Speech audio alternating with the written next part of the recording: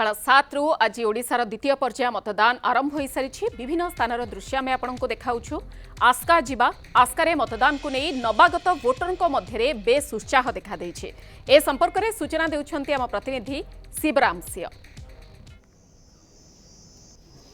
द्वितीय पर्याय निर्वाचन जदि आसिका संसदीय क्षेत्र कथा कहवा 7टी निर्वाचन मंडली को लेकिन आसिका संसदीय क्षेत्र गठित एठी निर्वाचन चली भोट लोक मैंने भोट दौरान आसिक भोटर मैंने भोट दौरान तेबे भोट देवाई युवपीढ़ी बेस आग्रह सृष्टि होती। तो आम पाखे किसी नव मतदाता अच्छा जे कि प्रथम थर पर भोट देवाक आम सीधा सड़क सहित कथा मैडम कौन कहे आप प्रथम थर पर भोट देवाई आते खुशी अच्छा बहुत खुशी लगे आज फर्स्ट टाइम मो निर्वाचन मंडल को आसी वोट देवाई मु तो कहि समस्ते वोट देवा कथा 18 वर्ष उपर जहाँ को भी है निज सरकार निजे ही बाछवा कथा आ बहुत खुशी अच्छी भोट देवा हूँ गणतंत्र गोटे अधिकार प्रथम थर पर भोट तो केमती कौन युवपीढ़ी हिसाब से कौन एक्चुअली यूथ होचनी फ्यूचर ऑफ इंडिया तांके ही एक्चुअली सरकार बाछवा कथा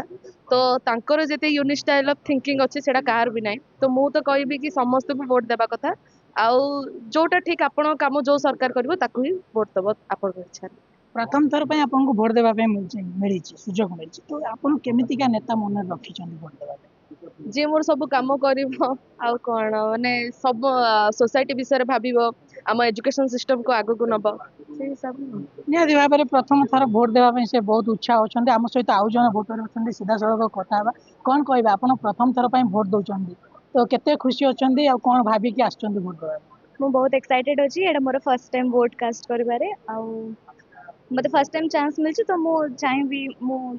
जहाँ भी जो भी लीडर आमर कमिटमेंट जाको सब पूरा करि पारबे सब भल से करि पारबे सिटीजन्स मान पे मु तांको ही वोट देबी आ इच्छा केते बहुत एक्साइटेड अच्छी मु एटा मोर फर्स्ट टाइम तो भल लागछि। निहाती भाव जो 18 वर्ष रु 24 वर्ष प्रथम थर पर भोट दौरान प्रथम मतदाता भाव में तो बहुत उत्कंठा देखा युवपीढ़ी मैंने आग्रह प्रकाश कर बूथ को आसुँच भोट देवाई आसुँच। आस्कार शिवराम सिंह रिपोर्ट न्यूज़ 7।